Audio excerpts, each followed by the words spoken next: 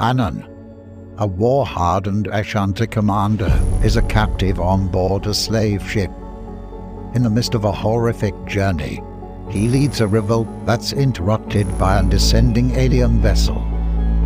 Annan and his fellow Africans find themselves confined on another ship, far from Earth, sharing a common captivity with the European sailors who formerly held sway over them. The ship is commanded by a ruthless warlord who uses the captive humans as unwilling soldiers in a savage war against the inhabitants of a distant world.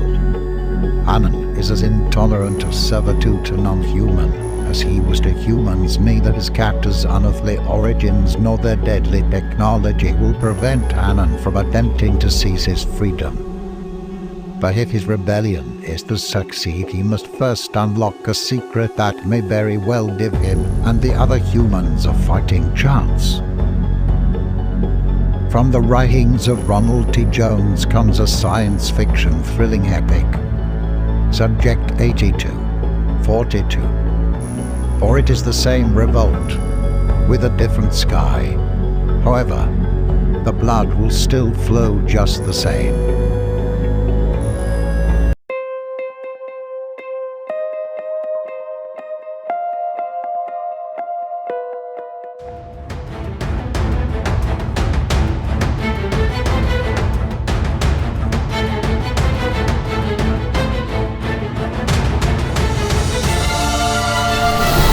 This is Probe 7369X reporting to Star CHQ Central. Do you copy? I say again, do you copy? I am following Commander's Hawkins distress signal and it has led me to a dead moon, sir.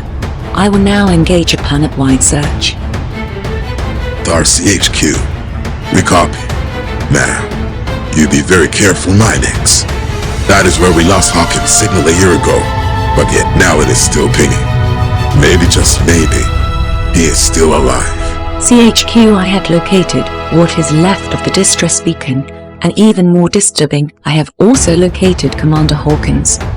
In the vast area of space, there exist wondrous sights, things, events, and life forms that mankind has never witnessed before.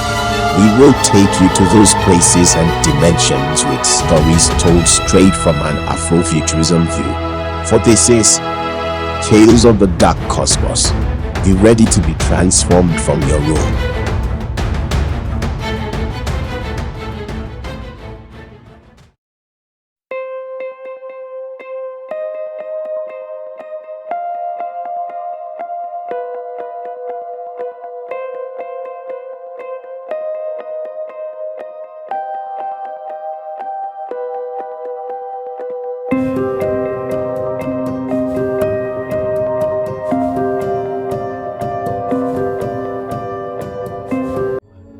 Annan awoke on a cold, metal floor. His head felt unusually heavy, as if it was stuffed with stones. His vision was blurry. His mouth was dry as a sun-parched cloth. He blinked the film from his eyes and tried to push himself to his feet. However, a sharp grinding pain accompanied his every motion, causing his breath to catch and his face to contort. He paused on all fours, then realized his right hand was gripping something. Annan saw what it was, a flintlock pistol. While he could not recall how he came into possession of such a weapon, he knew that the pistol had already been discharged, since there was no powder or shot anywhere within the strange confinement in which he found himself. The pistol was useless to him. He shoved it aside and resumed rising to his feet. Standing upright to his feet, he was now upright on wobbly legs, and then balanced himself, now struggling to regain his orientation along with his memory. When his head was sufficiently cleared, he examined his surroundings, such as they were. A small room, its dimensions slightly higher and wider than he was tall, with grey walls and hung with bands streaking the ceiling that diffused a pallid light. Annan rubbed his hands along the four walls, feeling for grooves, notches, or any break in the continuity of its smooth surface indicative of a door. When his tactile investigation came up fruitless, Annan pounded a fist into a wall, belting out a cry of protest. Suddenly, an opening developed in the wall behind him. At that very moment, a cool breeze swept across his back from the ever-widening aperture. He then whirled about, his eyes agape as the wall retracted until it was no more. Annan then reached down to grab the pistol he had discarded. He decided it may be of use as a bludgeon. Whatever or whoever resided beyond this room could not possibly bear him goodwill. He prodded himself into motion, putting one tentative front in front of the other until he stepped out into a narrow passageway. Annan grabbed the gun barrel tightly, holding it as if it was a club. He then looked both ways down the passage, seeing nothing but grey walls and emptiness for as far as his gaze travelled. Then, the wall across from him opened to the way his wall had.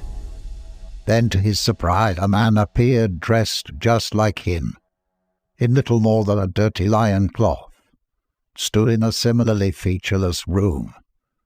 Then all of a sudden other holes formed along the passage on both sides. Heads peeked out, apprehensive eyes searching and wondering and wondering. A murmur of questing voices broke the spell of silence. Screams of consternation erupted from those unable to cope with the mystery of their circumstance. One asked another. Some tongues Annan understood, but others he did not. The people he understood spoke in a variety of dialects. Nevertheless, whether he comprehended or not, everyone around him posed the same questions to which he had no answers.